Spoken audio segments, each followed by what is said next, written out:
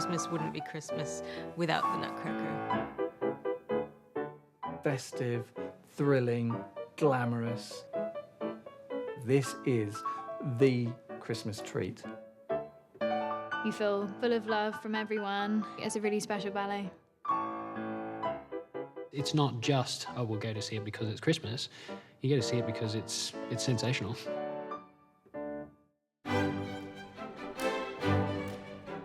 You can't help being bowled over by the spectacle of it all, the wonderful scenery, the growing tree, the tricks, the transformations. But also, the score by Tchaikovsky is fantastic, and I think the way Peter Wright has put his production to this music really tells the story. It starts with Drosselmeyer upsetting the fact that his nephew has been encapsulated in this spell by the Mouse King. The only way to break the spell is by finding love.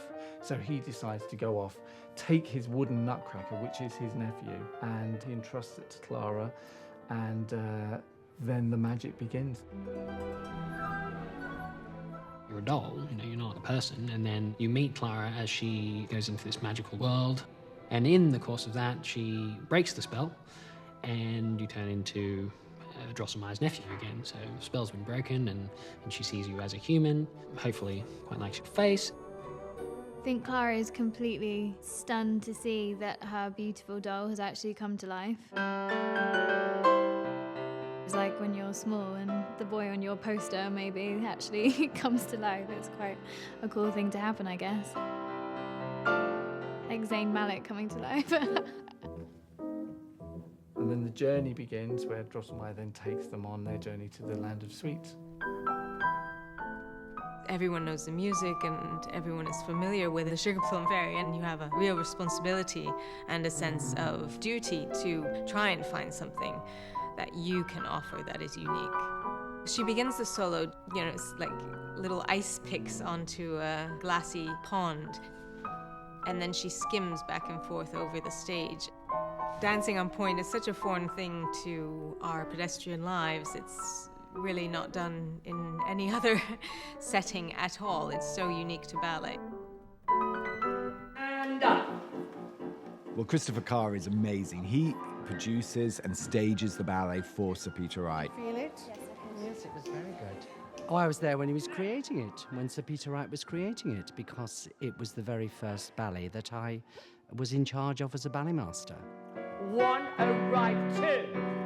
Corner, sharp, sharp. He knows every count, where everybody needs to be at what point in the ballet. And up. I don't like shortcuts. I don't like fudging. Try to stay more on place, James. I like it to be as clear and as crisp as it can be. 1 and a 2 and a 3 and a 4. I push them to the limit. Yaggedy, daggedy, daggedy, heel. Because I want it to be the very best it can be. I think the first time I saw the Nutcracker, I was also dancing in the Nutcracker. But I was age 11, and it was my first year at the Royal Ballet School. To be on the Royal Opera stage at the age of 11 is what you dream of doing. However many years later, I now coach and rehearse the dancers. My main role is the snowflakes. It's tough to do. It's a cardiovascular workout because you don't stop. You've got to have quick feet, quick hands, shimmying, sparkle. You can't give in for a minute. You're running around, making patterns and shapes, and that's what makes it so interesting. I'll focus on eye line and heads, which way we're looking, counts, the dynamic, and then just push them for stamina.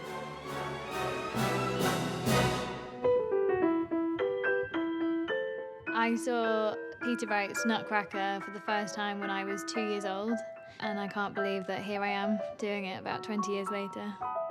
There is nothing like standing there, throwing my arms up in the air, producing glitter, having a big spangly cloak is just awesome. For me, it makes my Christmas.